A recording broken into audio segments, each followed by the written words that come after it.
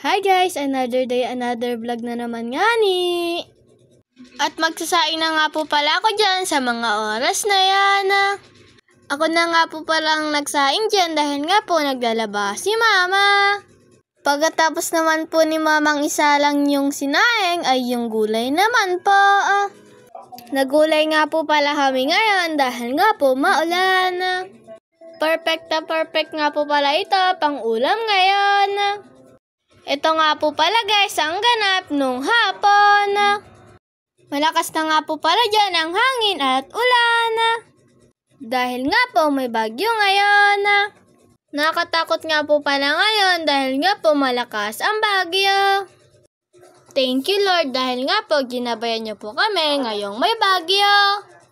At nung kinagabihan nga po ay nagutom nga po pala kami. Kaya nga po nagluto po kami ng pancake. Masarap nga po pala kumain dahil nga po malamig ang panahon.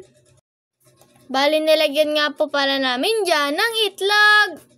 Depende pa rin po sa inyo to guys kung maglalagay po kayo ng itlog. Nakamix na nga po pala ang kanyang ingredients.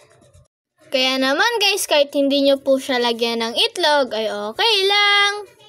Masarap nga rin po siya kahit walang itlog. Hinalo-halo na nga po pala dyan ni mama hanggang makuha niya ang texture. At ayun na nga po pala siya guys, ay pwede na po siyang lutuin. At margarine nga rin po pala ang aming ginamit dyan.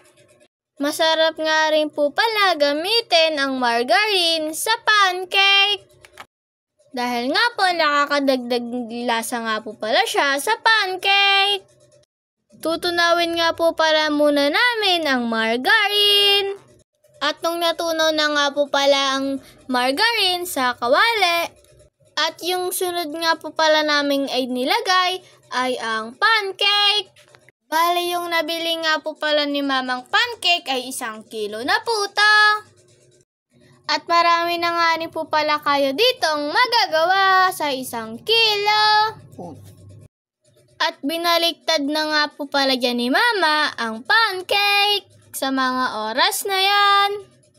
At nagready na nga rin po pala ako dyan ng tissue. At ayun na nga po pala guys, may naluto na.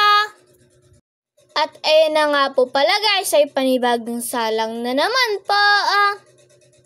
At ayun na nga po pala guys, ay kitang-kita naman po na masarap. At sa mga oras na nga po yan, ay excited na nga po pala kami dyan kumain. Ito na nga po pala ang exciting part na gusto namin. Naghugas nga po pala kami dyan ng kamay bago nga po kumain. Tara guys, kain tayo. At habang nakain nga po pala kami dyan ay nagpatimpla nga po pala kami dyan kay mama na chocolate milk. Bago nga po pala matapos ang aking video, mag-shoutout po muna ako. Shoutout nga po pala kay Ma'am Riza. Shoutout nga rin po pala kay Ma'am Bicolana. Shoutout nga rin po pala kay Lolo Nelson Venus. Maraming salamat po sa pag-follow. Suportahan nga rin po pala natin sila sa pag-vlog. Bawat isa magsuportahan tayo. Yun lang. Bye-bye!